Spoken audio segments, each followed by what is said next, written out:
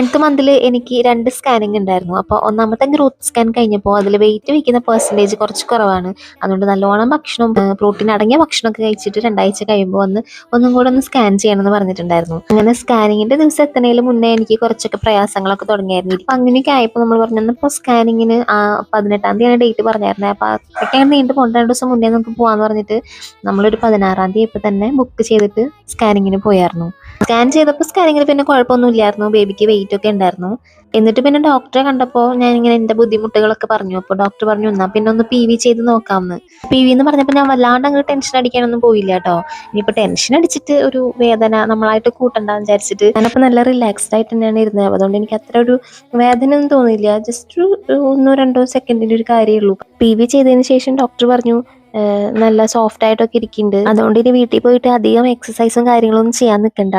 നമുക്കൊരു 23rd ഒക്കെ ആകുമ്പോഴത്തേക്കിനും admit ആയിക്കോളാൻ പറഞ്ഞായിരുന്നു.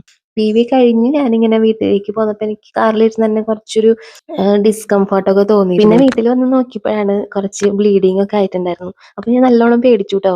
ഇനി നമ്മൾ വീട്ടിലെത്തുകയും ചെയ്തു, എന്നിട്ടാണ് നമ്മളിങ്ങനെ ബ്ലീഡിങ് ആയി എന്ന് കാണുന്നത്. അപ്പോൾ ഞാൻ അപ്പോൾ തന്നെ ഡോക്ടർക്ക് മെസ്സേജ് അയച്ചായിരുന്നു ഇങ്ങനെ ബ്ലീഡിങ് കാണുന്നുണ്ട്. അപ്പോൾ ഡോക്ടർ പറഞ്ഞു അത് കുഴപ്പമൊന്നുമില്ല, PV ചെയ്ത് കഴിയുമ്പോൾ അങ്ങനെ വരാറുണ്ട്, അതത്ര കാര്യമാക്കണ്ട എന്നാണ് പറഞ്ഞത്.